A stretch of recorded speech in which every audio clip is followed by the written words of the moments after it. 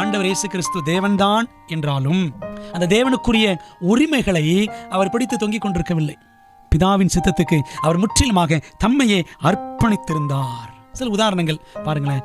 நீர் தேவனுடைய குமாரனானால் அப்படின்னு பிசாசு அவரை சோதித்தான். 3 சோதனைகள் மத்திய 4 லூக்கா 4 அதிகாரங்களில். அப்படி பிசாசு அவரை சோதித்த போதெல்லாம் நான் தேவனுடைய குமாரன் தான், காட்டுகிறேன் பார் அப்படின்னு சொல்லிட்டு அவர் சுயமாக செயல்பட்டார். கல்லுகளை அப்பமாக்கினார இல்ல.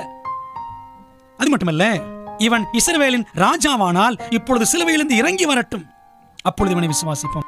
இப்படி எல்லாரும் பரியாசம் பண்ண பொழுது அவர் சுய கௌரவத்தின் நிமித்தம் இறங்கி வந்துட்டாரா?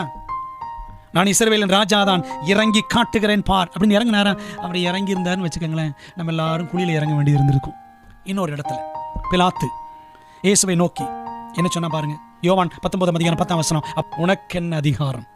என்னை விடுதலை பண்ணுவதற்கு நீ யார்?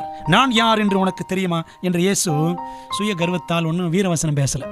முழுமையான சுய அர்ப்பணிப்பு. பேதுரு இயேசுவை தனியே அழைத்து கொண்டு போய் கடிந்து கொண்டான். பாருங்க மத்தேயு 16:22. சரிப்பா, நான் போக மாட்டேன், எருசலேம் போகவில்லை, நான் மறிக்கவில்லை அப்படின்னு அவர் சீஷனுடைய பேச்சுக்கு இணங்கி விட்டாரா? இல்லை. இன்னொரு உதாரணம், ஜனங்கள் அவரை தூஷித்து துப்பி கன்னத்தில் அறைந்து சிலுவையில் அவரை சாகடித்தனர். அப்படி அவர் சாகக்கூடிய அந்த பாடுகளின் வேளையில தேவதூதர்கள் அவரை விடுவிக்கும் கட்டளைக்காக காத்திருந்தார்கள். பலத்த கிரியைகளை செய்திருப்பார்கள், அவரை விடுவித்திருப்பார்கள். சுயத்தை செயல்படுத்துவதற்கு அவர் தினம் தினம் எல்லா விதத்திலும் சோதிக்கப்பட்டார். கோபமூட்டும் சூழ்நிலைகள் அன்றாடம் அவருக்கு நேரிட்டது. நம்மளால முடியல, கோபப்படுறோம், கத்திடுறோம். பாவிகள், பிரதான பாவிகள், படுபயங்கரமான பாவிகள் நம்ம எல்லாரும். நமக்கு முன்மாதிரியாகத்தான் அந்த ஆண்டவர் இயேசு கிறிஸ்து வாழ்ந்து காண்பித்திருக்கிறார்.